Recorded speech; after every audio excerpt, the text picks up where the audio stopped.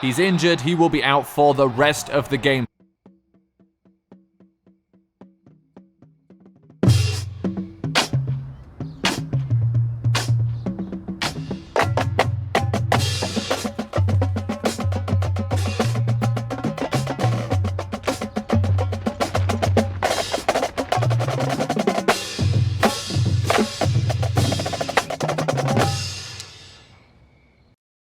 Welcome to Last Chance Franchise. It's 2 games before the bye week, a time when we can reflect on how we're doing in the season and see what we maybe need to do better, or maybe actively try and do more of. But until then, we're going to keep running with what we've been doing because it's been going pretty well. After starting 0-2, we've won 4 games in a row with this team, which is only getting better. Our running backs are only getting better, and our defense is up and down at the moment, but it's getting better as well. We're still waiting for Alberthay to come through, but Rashawn Scruggs is starting to shine every now and then, and everybody else is doing pretty well as well. But let's take a look at these Browns, see what they like to do, see what we need to look out for, and see how this game may go. One thing I do want to point out right now is that we are 7th in the NFL in total offensive yards gained, which is exactly where we want to be with Zach Taylor as our offensive coordinator. So that right now is paying off. Now, we're still behind the ball in a couple of things, especially when it comes to points scored, but we're not looking for us. We're looking for the Browns, and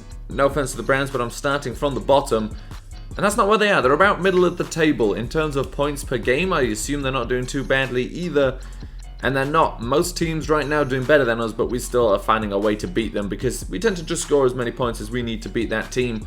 So that might be a close one, but let's take a look. So Browns middle of the table in offense. What do they look like defensively? And defensively, it is not good. They are 5th worst in the NFL. Most yards allowed, but rushing not too bad. But we're going to certainly be looking to do a lot against them. But the thing is, it doesn't matter because where are we? We're right here in number 2. Where are we here? Well, a little further up, but we're a lot further up. We are the 3rd worst passing defense in the NFL. That is not good. And the Browns are pretty balanced. 1,500 pass yards, 580 rush yards. But it doesn't really matter because we'll be able to stop them with our defense. It may allow a few too many pass yards, but we'll sort that out by the end of the season. And we're the 7th best in terms of yards offense in the NFL, and that's what we've been wanting and waiting for, and it's happened with the run game. Who would have thought you bring in Zach Taylor, a man from the Rams, and all of a sudden you're beating him just with the rush because our pass game's still not too prolific, but that's how it's happening, and it's happening behind a couple of key rookies on the offensive line, Cole and Luke Jokel as well. But then Harris Schlegel, the left tackle rookie, has come back after missing quite a few weeks with injury, and let's see what kind of impact he can make in this game. Here we go, Cardinals, Browns. The Browns not a pushover anymore, even if their record this season isn't as good as it could be. And from the very first kickoff, we're looking to do some damage to them. It's Tremaine Scott, who's already returned 1 kick for a touchdown this season, and there gets stopped, had a little bit of daylight, but takes it to the 38-yard line. Good starting field position. A 3rd and 6. It's a completion to Zach Miller for the first down. A trusty target off Josh Rosen's. 3rd and 12. Looking for him again and just not finding him with the ball. That should have been a catch for a first down as well. So the Browns have the ball, and Baker Mayfield is sacked on 1st and 10, and the Cardinals back with it again now. 1st and 10 over the middle, and it's to Christian Kirk, who doesn't hold on to it as the defender knocks the ball out. 3rd and 1. Tremaine Scott picks up that first down and a couple more yards with his first run of the game. 2nd and 10. Rosen now with some time in the pocket, finds Henderson for the first down. Henderson holds onto the ball, takes a big hit. So now 1st and 10 again from the 35-yard line. Another completion to Henderson, who is featuring heavily in this game right from the beginning. And on 3rd and 2, Rosen is looking for some bone, doesn't find anybody in time. As he lets go of it, he is hit. So that's an incompletion, and the Cardinals will settle for their 2nd field goal of the game. 2nd and 13 for the Browns as we're near the end of the first quarter, and they go deep downfield. It's to Landry, it's caught. Rogers Cromartie not able to stop him, and they go for the run on 3rd and 4 and are stopped short, and they settle for a field goal. So the score 6-3, and we're in the 2nd quarter right now. 2nd and 12, the completion. No, it's not a completion to Christian Kirk. He wasn't able to hold on to it. 3rd and 12 over the middle, far too far ahead of Zach Miller, and it's intercepted by Kindred there. 3rd and 12, it's an interception to the 39-yard line. It's returned, and then they try on 2nd and 8 to get to the outside. Alberthay managing to close down that outside. And on 3rd and 8, Peterson got beat off the line by Josh Gordon, who's here for the Browns, and he gets it into the end zone. Patrick Peterson is beat, and the Browns get a touchdown, take the lead 10-6. A spin there, but it's not much there for Langford Dawson. Can't find anything really. 2nd and 10, and it's a sack, and that sets up this 3rd and 18. A long 3rd and 18 for Rosen, who loses the ball as he's sacked. It's picked up by Schlegel, and on 4th and 34, the Cardinals will have to punt away, and Landry receives this one already over the 30-yard line now over to the 25, gets to the 25, shoves off a defender, gets to the 21-yard line before he's knocked out of bounds. 2nd and 7, and they're running with Duke Johnson Jr., who makes one man miss and goes into the end zone completely untouched. And now the Browns have a 17-6 lead after a strong start by the Cardinals. Dawson looking for something here on a quick out pass. And on 3rd and 3, we're looking to get it through the air. And Antonio Callaway, the ex-Brown, catches that one. And Christian Kirk was injured on that play, even though he wasn't involved. And on 1st and 10, Dawson spinning away from one man. Dawson with nobody left to beat, and he's into the end zone for a touchdown. It's been a while since he scored one, a 47-yard run, his first good run of the day, and the Browns now own with a 4-point lead, but looking to get something before the half ends here. 17 points. They want at least 20, less than 1 minute left, and they do get their 20. 46 seconds left, and now Tremaine Scott. He's got a space there to the left. He's got a lot of space, but he's caught from the side. A faster man may have taken that one to the house. 1st and 10 from the 42-yard line. Rosen completes to Antonio Callaway, who gets out of bounds, stops the clock. A field goal here could make this game close. A touchdown would tie it, but that is less likely. But not anymore, as Callaway makes the catch here at the 8-yard line. A timeout. 1st and goal from the 8. Thrown again to Callaway. 3 receptions in a row for the touchdown to end this first half. But with 7 seconds left, the Browns look for Johnson Jr.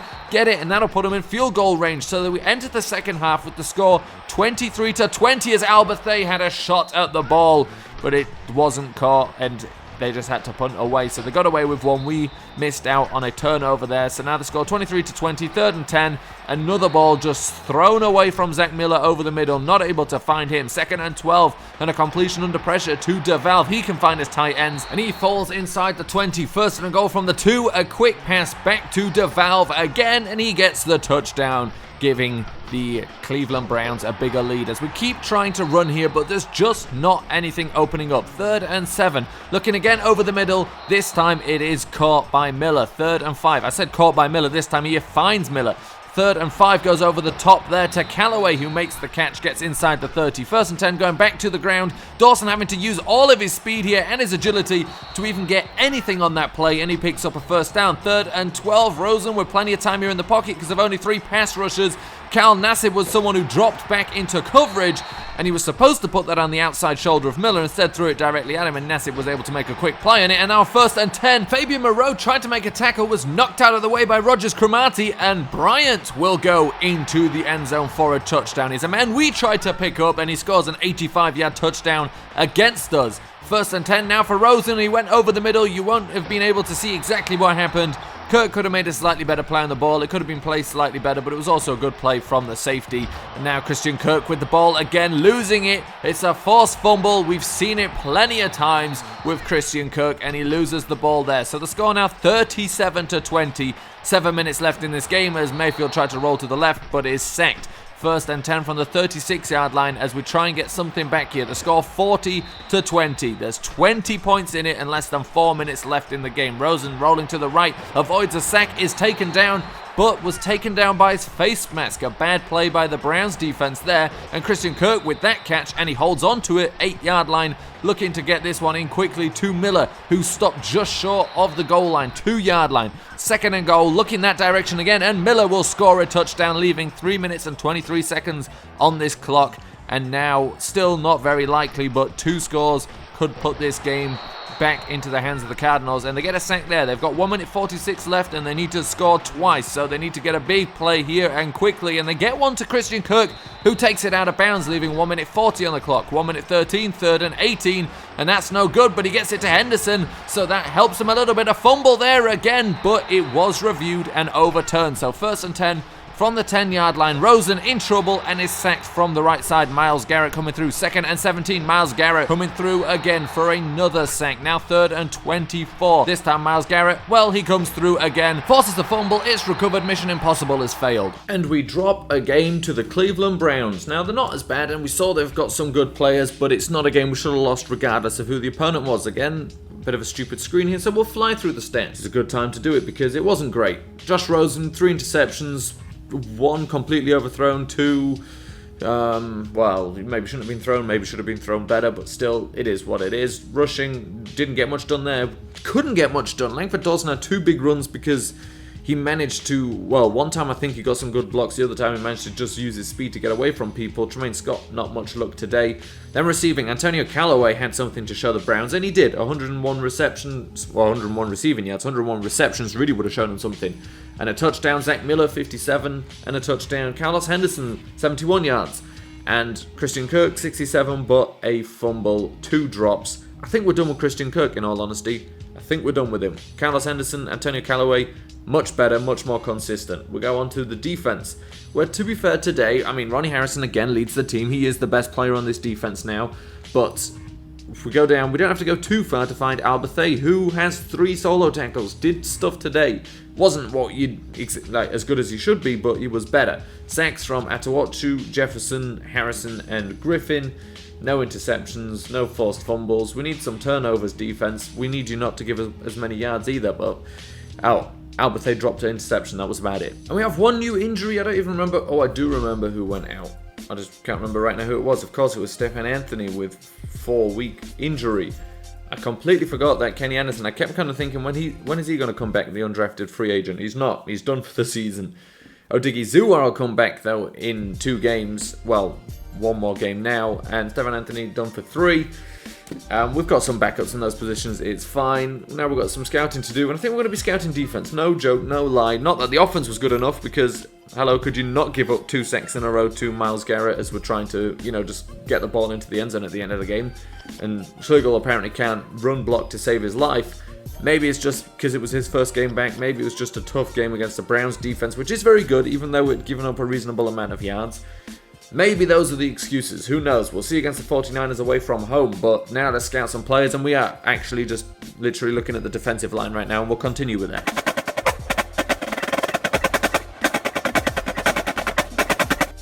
So after dropping the first game since we started our winning streak, we're back to, 0. Or technically we've started a losing streak now, but we want to get back on the right track here against the 2-4 49ers, who we've already played this season. So we got 1 win against them, but it was when we were at home, and it was a close game.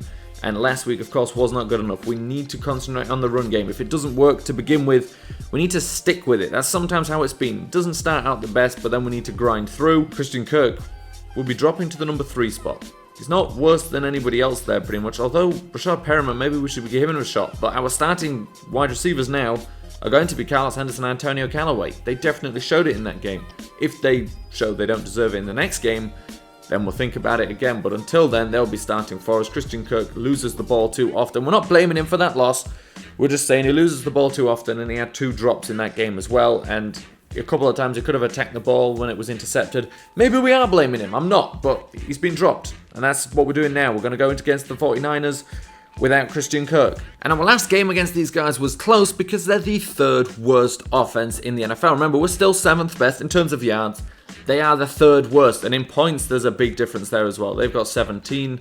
If we turn this around and we take a look where we are, not too far down, we have 24, so we should be beating them by 7 points at the very least. But let's take a look at the defense, where of course they're a little better as well, and they're not too near the worst teams. They're right around the middle of the park. So the 49ers don't score a lot of points, don't allow a lot of points, and our last game ended something along the lines of 10-7 if I remember correctly. So we'll have to be looking to score a few more points. Of course, they've got some good players in the secondary, but we may be able to run against them. We'll have to see how that goes. They've got some good rookies at linebackers, though, so who knows with that. Like we said last time, maybe try and run and then use some play actions, but who knows how well that will work against them. Let's just play this game against the 49ers and try and get over that defeat by the Browns. So it's another divisional rivalry game in this season. The Cardinals have been doing pretty well in these, and we're away from home in the home of the 49ers. And on 1st and 10, we start with a run with Langford Dawson, who loses the ball straight away. It's recovered by Reuben Foster. And now they have the... No, it wasn't. It was overturned. Luckily, the automatic review coming in. This time, Langford Dawson on 2nd and 11, getting the first down. We said we need to stick with the running game, and that's exactly what we do there. Now, play action off that run game. 2nd and 8, a completion to Devin Cajuste for the first down. So now, this is exactly the game plan we wanted to use. 2nd and 10, and we're going for a pass here to Antonio Callaway, who, of course, is starting now after proving himself in the last game with 101 yards and a touchdown. 3rd and 6, however, there's someone who didn't prove themselves last time, the offensive line. But a huge booming effort here, 62 yards for the field goal because of strong winds in our favor coming this way. 2nd and 10 for the 49ers now as Garoppolo moves a bit to the left, gets a bit of pressure and is taken down by Griffin. 2nd and 7 as we get the ball back. Tremaine Scott making a little bit of room for himself there, picking up a first down with a nice run for his first carry of the day. 1st and 10, and it was play action, and it's to Antonio Callaway again. Now 3rd and 5. Do we start with 2 field goals again like we did against the Browns? No, the completion by Callaway, or not, and he's injured as well. He wasn't able to catch it. He's injured. He will be out for the rest of the game. So Christian Kirk steps back into that spot. No, he doesn't. We're putting Brashad Perriman there instead, as we saw a sack from our defense. So we settle for 2 field goals, score 6-0. If we can stop this one, intercept this one, no. It's dropped, unfortunately, by Patrick Peterson. 2nd and 1 now. Rosen rolling out, throwing to Henderson for the first down. 2nd and 10 as we are back on offense and playing pretty well. Rosen a little bit of pressure. He had tried to throw it away, but was hit before he could let go of it. 3rd and 19. It's a long conversion, but he's going to go for it. Throwing it for Zach Miller, who holds on. Catches the ball at the 40-yard line. 2nd and 1 at the 30. Rosen going quickly to Christian Kirk, who's getting a chance now because of injuries, and we're not going to ignore him on the field. 2nd and 10 going across to Brashad Perriman, who gets a touchdown. His first chance, and he uses it well, getting a touchdown, stepping in for Antonio Callaway. So now the score 13-0, 6 minutes left in this half. But Taylor coming now with a great return. Taylor looking for the end zone. Only Lonnie Ballantyne can catch him. Lonnie Ballantyne gets him, and he's finally taken down at the 10-yard line after a huge return. Over 80 yards, 2nd and goal. Garoppolo, plenty of time here, absolutely no pressure, but also nobody open as he finally completes to Taylor. Taylor looking to finish this, gets into the end zone as he broke out of a tackle from 2 defenders. 2 of our more disappointing defensive backs so far this season. Rogers, Cromartie, and Alberthay let him get into the end zone for 6 points. They were both there, neither of them stopped him, and he gets the 6 points. So now the score 13-7. But a great screenplay here by Tremaine Scott, who allowed the blocks to be set up and then used his acceleration to burst through and pick up a whole bunch more yards. Unfortunately, that was the last good play of that drive, so the score's still 13-7 as Garoppolo, with less than 2 minutes left, is looking to get something as the ball is forced out but recovered by the defender who lost it. A chance there for a turnover, but we didn't get it. Alberthay makes a solid tackle there, a great play from him because it was just a solid play, and he gets a sack on the play afterwards. Maybe this could be Alberthay's coming out party. 1st and 10, 8 seconds left. We tried it deep to Christian Kirk, who does make the catch, but unfortunately couldn't get away from the coverage. But it was worth the attempt as they crowded the line to try and stop the run. So now they get the ball to start the second half, and Jimmy Garoppolo plays action there, looking for his defender, but Peterson gets there, but unfortunately isn't able to get his feet inbounds. 3rd and 9 goes to complete short to Juszczyk. He's stopped, so they will be punting into the wind. But that can cause us some troubles with the coverage too, as it drops very short. One guy has to get out the way, and Peterson, who knows what's going on there as he turns away from the ball to call for a fair catch. Was he waving at someone in the crowd?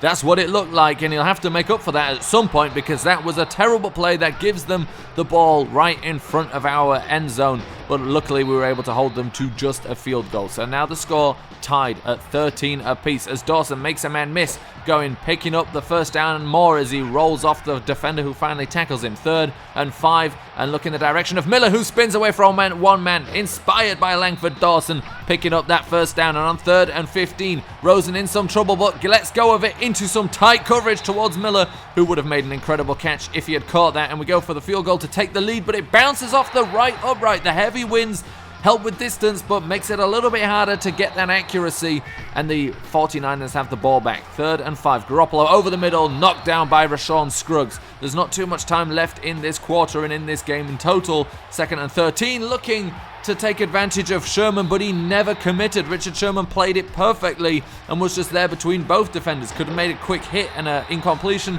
or like he did, make the interception when we tried to go to the deeper man, and then they run for it and they get into the end zone. That's Matt Breida spinning off the first bit of contact and getting in, but does get injured as well. But on 2nd and 10, we sack the 49ers, who have the ball again, because we are achieving nothing right now as Fabian Moreau makes a great play on the ball. We've got 6 minutes to tie this game with 1 touchdown, which we should be able to do if we actually start playing. But Josh Rosen is injured there, and will allow him to not risk getting more injured in this game. So Blaine Gabbert will be out the next time the offense is out. As 4 minutes are left in this game, Garoppolo shakes off a man, throws it downfield, and Patrick Peterson picks it off.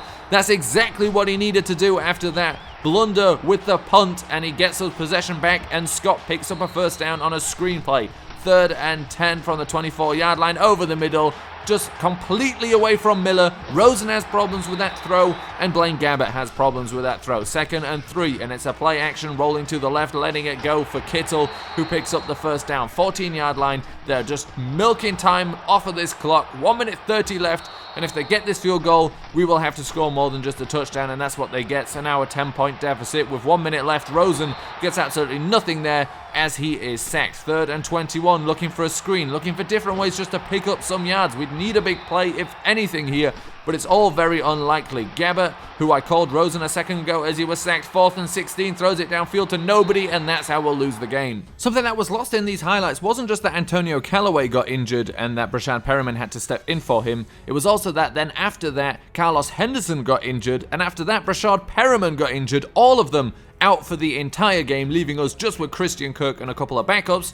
Not an excuse, I just wanted to make sure that came across, as we will now look at the injury report, and of course, that's the kind of information you'll need to know. Josh Rosen gets an upgrade. Of course, we changed the system, so it used to be, I think he needed to be a field general or strong arm, and he was good in that, but now it's West Coast, and we're going to go West Coast because it's not that far off, and obviously it'll still make him better anyway.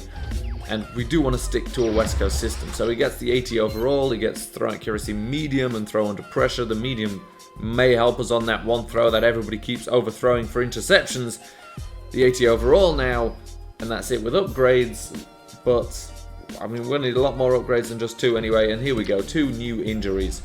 And let's see who is out for a long time. Brashad Perriman, who had a chance, is out for 5 weeks, and Antonio Callaway is out for 6 weeks. So we're stuck with Christian Kirk. We wanted to get rid of him, we can't. And we will pick up some support at the wide receiver position. That will be next week, though. And we'll be looking at a veteran.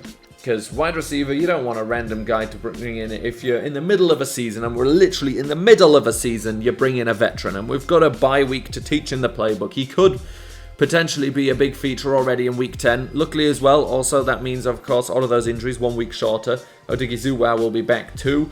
But next week, we'll be picking up someone to help out Christian Kirk and Carlos Henderson. Maybe someone who can teach him a little something, because since Larry Fitzgerald's gone, we haven't had that, and we've seen a huge regression in Christian Kirk without that kind of veteran leadership right there. To be honest, we should be picking up veteran leadership for the offensive line, because they are not good either, and Luke Jokel is not the guy to teach him that. Anyway, that's it for this one. We lose 2 games. Both of them shouldn't have been lost if we just played consistently throughout the game, but, you know, that's not how football works sometimes, and that's why we lost. Next week, we've got a bye week. We've got to bring in some people to try and help us out, because now we're at 4-4 again. We're looking back down the barrel of a bad or a good draft pick and a bad season finish, and that's not what we want. We should be playing and winning a lot sooner, so let's see if we can't right the ship in the next episode. Come in on the day it's supposed to, Monday.